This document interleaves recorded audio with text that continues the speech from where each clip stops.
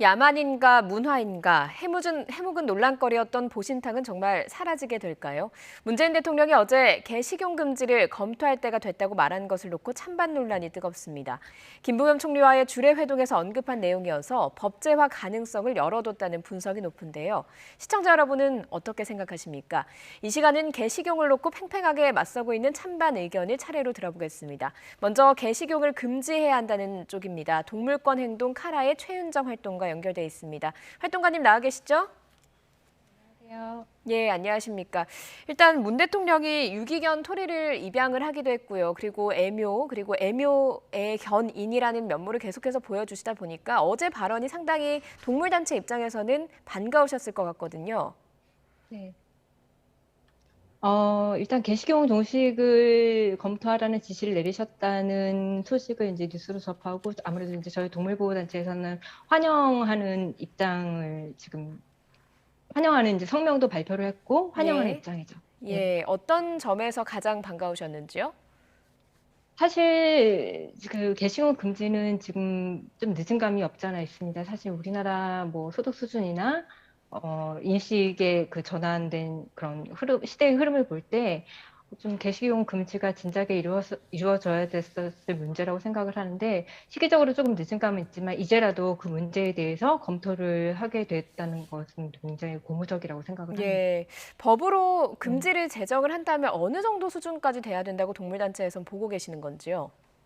지금 현행법상으로는 미비한 점이 많아서 후속 법령들이 계속 이제 차근차근 준비가 되어야 할 텐데요. 예를 들면은 이제 개나 고양이를 임의도살하는 임의도사의 금지법이라든지 아니면 식품위생법을 더 강화해서 불법으로 유통되는 지육을 이제 단속하고 처벌한다든지 네. 그리고 현재 개농장이나 이제 도살장을 운영하시는 분들의 생계를 위해서 그 차등적으로 시설 부분에 대한 보상 마련을 위한 법규를 만든다든지 하는 후속 법령들이 체계적으로 준비가 되어야 할 것이라고 생각을 합니다. 예, 그 동물 단체에서 가장 그 개식용 금지에 대해서 주장을 하고 있는 부분이 육견의 사육 환경이 좀 불법이고 비위생적이다 이런 이야기를 근거로 들고 네, 있거든요. 실제로 네네. 실태를 확인하셨을 텐데 어떠셨습니까? 네.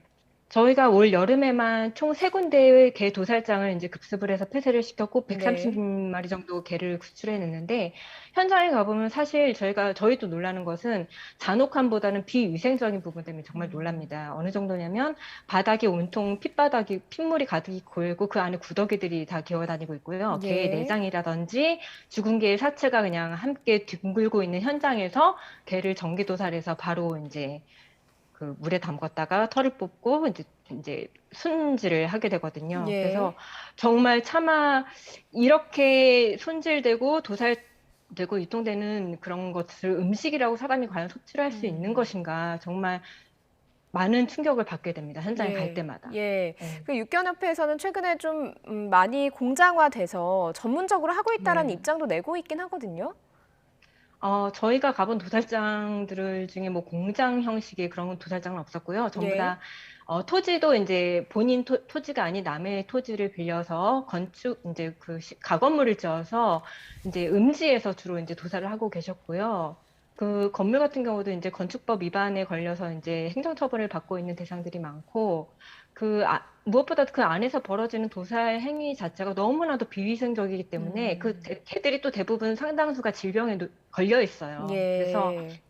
구조한 개들을 치료하는 데마다 천문학적인 숫자의 비용이 들 정도로 음. 굉장히 개들의 상태 또한 안 좋고 당연할 수밖에 없는 게 그 환경이 지저분하다 보니까 그 안에서 전염병이 도는 거죠.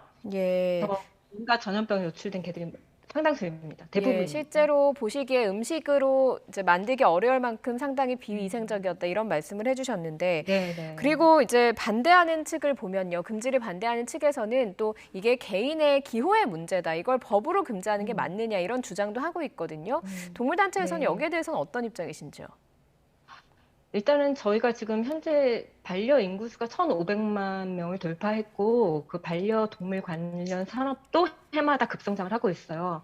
개라는 동물에 대해서 이제 먹는 음식이라기보다는 반려하는 동물이라고 이제 많이들 인식을 하고 계시고 개를 그래도 먹는 음식이라고 생각하시는 분들은 아마 점점 그 숫자가 줄어들고 있고 소수의 분들이실 텐데 말씀드렸지만 그렇게 비위생적인 환경에서 도살을 하고 유통이 되는 음식을 개인의 기호라고 해서 인정해줘야 되는지 굉장히 그거는 음. 그 사람의 건강이라든지 위생 문제에도 굉장히 위협이 되는 문제거든요. 예. 이런 문제에 대해서 어떤 제재나 단속도 강하지 않고 법적으로 규제를 하지 않는다는 것은 정부의 어떤 무책임한 방임이라고 생각을 합니다.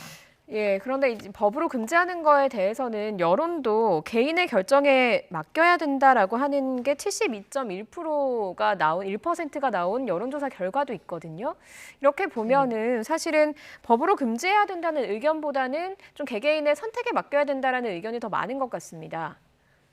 근데 이제 그 개개인의 결정에 맡겨야 된다고 응답하신 분들 중에도 아마 개고기를 안 드시는 분들이 상당수이실 거라고 이제 추측이 되긴 하는데 네. 그 개고기가 유통되는 과정이라든지 도살되는 과정이 상당히 그 비위생적이고 불법의 요소들이 많아요.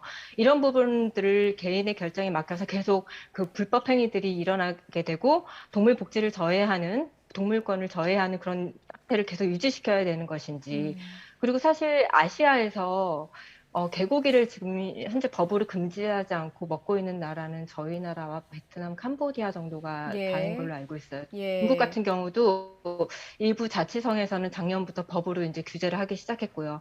이거는 정말 거스를 수 없는 시대 흐름이고 이제는 저희도 늦었지만 뭔가 결단을 내려야 되는 부분이라고 생각을 합니다. 예, 알겠습니다. 일단 개고기 식용에 대해서 금지하는 동물권 행동, 카라의 이야기를 먼저 음. 들어봤습니다. 오늘 말씀 여기까지 듣겠습니다. 고맙습니다. 네, 감사합니다. 네.